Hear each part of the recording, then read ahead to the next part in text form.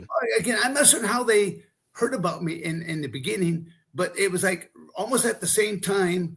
Again, I'm just doing I'm using my real name and just wrestling, and all of a sudden, I don't know how I actually, what was it? It was because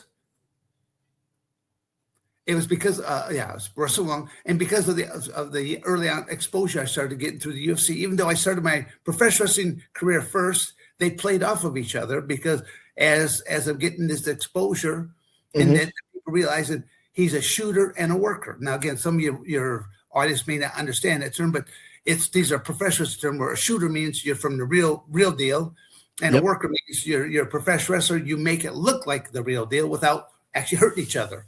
Yeah. So I had this ability to do both.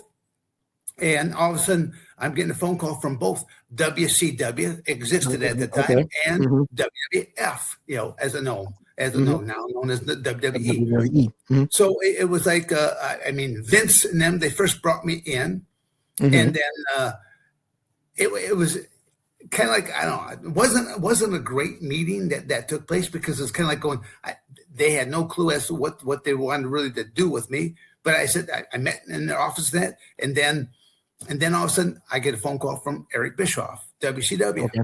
So I go down and I visit with them. And now, and Eric, he's got this diabolical plan of what they want to do and stuff like that with me. And it's pretty laid out. But somehow Vince's crew found out about my other meeting, and then also they agreed to all my terms.